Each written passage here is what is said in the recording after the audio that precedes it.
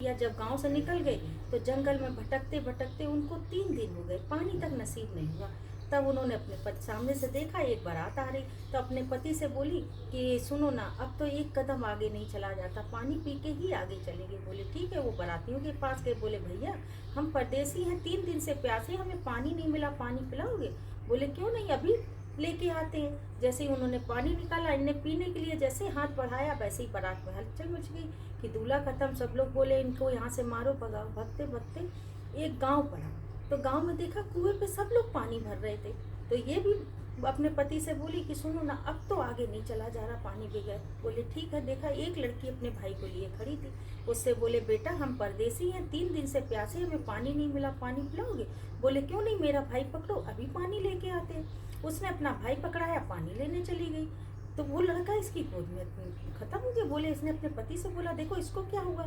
तो बोले अरे इस तो खत्म हो गया। तो बोले क्या करें? बोले इस बच्चे को यहीं जमीन पर सुला दो, नहीं तो गांव वाले यहाँ मारेंगे। तो उसको जमीन पर सुला के चली गई। जब वो लड़की पानी लेके आई, देखा उसका भाई खेल रहा था।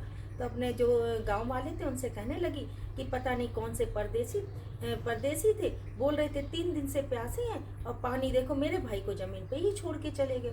उधर से भगते भगते एक मंदिर पड़ा, वहीं पे मंदिर पे बैठ के जाके, वो संकटा माँ का मंदिर था, तो वहाँ संकटा माँ की पूजा चल रही थी। तो वह कथा सुनने लगे। जब कथा समाप्त हुई तो पूछने लगे कि ये किसकी पूजा थी बहन? तो सात सुहागिन जो पूजा कर रही थी तो बोली ये संकटा माँ की पूजा। बोली इसके करने से क्या होता है? कि अरे बड़े से बड़े संकट संकटा माँ पल में दूर कर देती। तब उनको याद आया मेरी बहन ने पूजा के लिए बोला था, मैंने मना कर दिया था। तो बोली कोई बात नहीं, अगर संकटा माँ ने संकट दिए तो वही दूर। उन्होंने मंदिर पे बैठ के संकटा माँ की पूजा मान दी कि हे माँ मेरा घर वापस मिल जाए, मैं घर पहुँचते ही तुम्हारी पूजा करूँ। बस संकटा माँ प्रसन्न हो गई। गाँव वाले ढूंढते ढूंढते मंदिर पे आए, अपने घर पहुँची। जब घर गई तो इनको रात को नींद नहीं आई। तो अपने पति से बोली कि मैंने मंदिर में ये माना था घर पहुंचते ही संकटा माँ की पूजा करूंगी, मेरे पास तो कुछ भी नहीं, किससे बोले देखो इतना तो मेरे पास भी नहीं है कि मिठाई, हाँ गुड़ चने की कर सकती हो। बोले ठीक है। इन्होंने 1.25 किलो गुड़ चना मंगाया और सब सास स्वागलू बोल रहे अपनी बहन के घर गई। बहन के घर गई तो बहुत बड़ी हवेली बन गई। जाने में थोड़ा संकोच किया कि मैंने बहन को पूजा के लिए मना कर दिया, कैसा ऐसा ना हो बहन भी मुझे मना कर दे। जब गई तो बोली बहन मैं कल संकटा माँ की पूजा कर रही। बोले अरे खुशी से करो, लेकिन बहन इतना पैसा नहीं है, मिठाई गुड़ चने की कर रही हूँ। बोले अरे माँ का प्रसाद सो प्रसाद गुड़ चना या मिठाई? तो उन्होंने 7 स्वागिल बुला के संकटा माँ की पूजा की। संकटा माँ प्रसन्न हो गई, उनके सारे संकट संकटा माँ ने दूर किए। जैसे उनके संकट दूर किए वैसे सबके संकट दूर किए, जैसे उनकी सुनी वैसे सबकी सुने। बोल संकटा मैया की जय, बोल दुर्गे मैया की जय। हाथ में नहीं कर निकाली थी, हाथ निकालने जाना।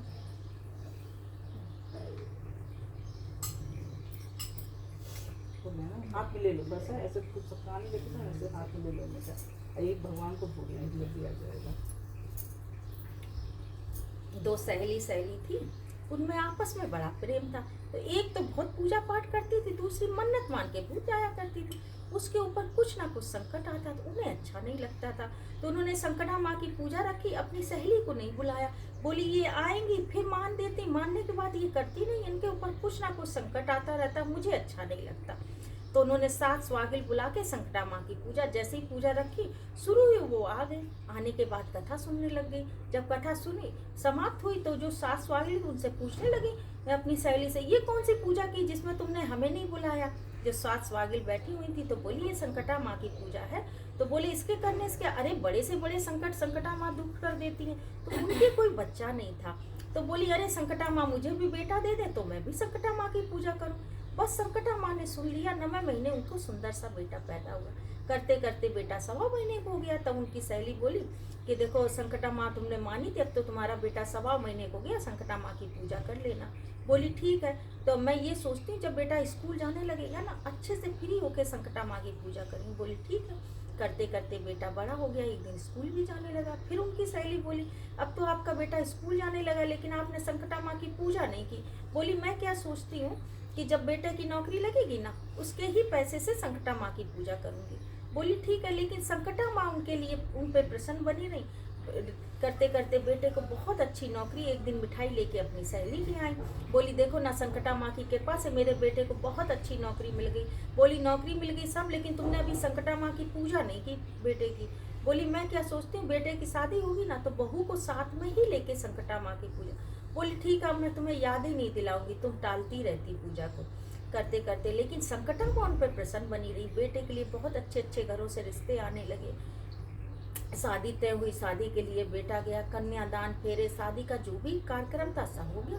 संकटा माँ विचार करने लगी, ये तो मुझे आजकल टालती चली जा रही। बस संकटा माँ रुष्ट हो गई कि कन्यादान, फेरे, शादी का सारा कार्यक्रम हुआ, बेटे को पटे से गायब कर दिया।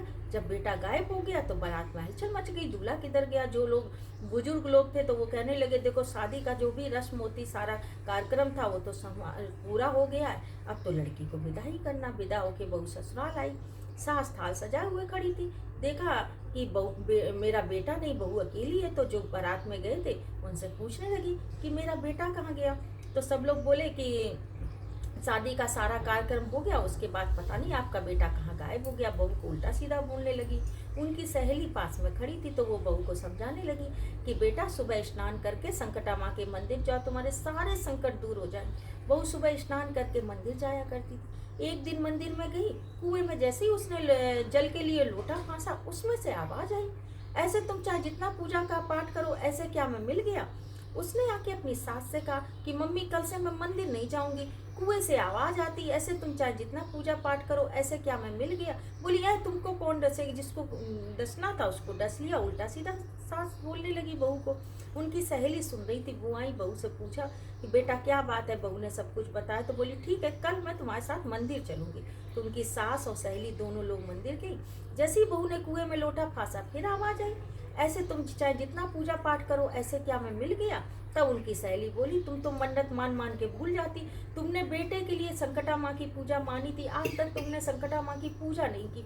बोली लेकिन मेरा बेटा कैसे वापस मिलेगा। बोली जो तुमने 7 सुहागिल मानी थी, 14 सुहागिल इसी मंदिर में आके करो, तुम्हारे सारे संकट दूर हो जाएंगे। उन्होंने 14 सुहागिल बुलाई, सुबह जाके मंदिर में संकटा माँ की पूजा की। संकटा माँ प्रसन्न हो गई, बेटा घर वापस आ गया, सास बहू बेटे सब और आराम से रहने लग गया। संकटा माँ ने जैसे उनके संकट दूर किए वैसे सबके संकट दूर करे, जैसे उनकी सुनी वैसे सबकी सुने। बोल संकटा मैया की जय, बोल दुर्गे मैया की जय।